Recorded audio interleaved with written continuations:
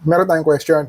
According to him, 90K ang budget niya, brand new na Honda Click or second-hand na Aerox. Yung Honda Click, ang meron ngayon is yung V4. Although same engine lang and ang pinalitan lang talaga technically is yung ka para mag-iba yung looks, pero everything else, it's the same. Kung may updates man, I believe very minimal, pero engine-wise, it's all the same. Second-hand Aerox, depende sa kung anong version. Version 1 can range from around 55 to 60,000. Second version, around 80,000, I believe. Third version, yung pinaka-latest ngayon, may nagbebenta agad, siguro mga around 100,000 pesos. Like I always say, walang masama bumili ng second-hand. Yun nga lang, dapat marunong kang kumilatis or meron ka man lang kaibigan o tropa na marunong tumingin sa motor.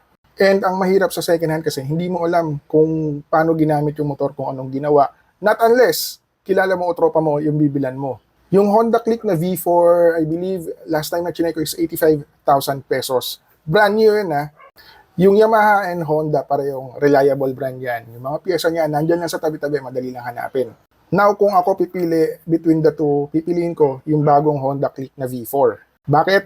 Number 1, brand new. Napakaliit ng chances na magkaroon ng aberya ang brand new na unit. Not unless kakalikutin mo agad. Number 2 is fuel mileage. Sa panahon ngayon, walang masama maging practical. Napaka-unstable ng presyo ng gasolina. Hindi mo alam kung biglang tataas, biglang bababa. But for now, mas mainam kung mas matipid yung gagamitin mong motor. Tapos pangatlo, isipin mo binili mo yung motor ng 85,000 and sabihin mo ng may registration na 3,000. Meron ka pang extrang pera. Pwede kang bumili ng bracket at saka top box para mas ma-maximize mo yung carrying capability ng V4.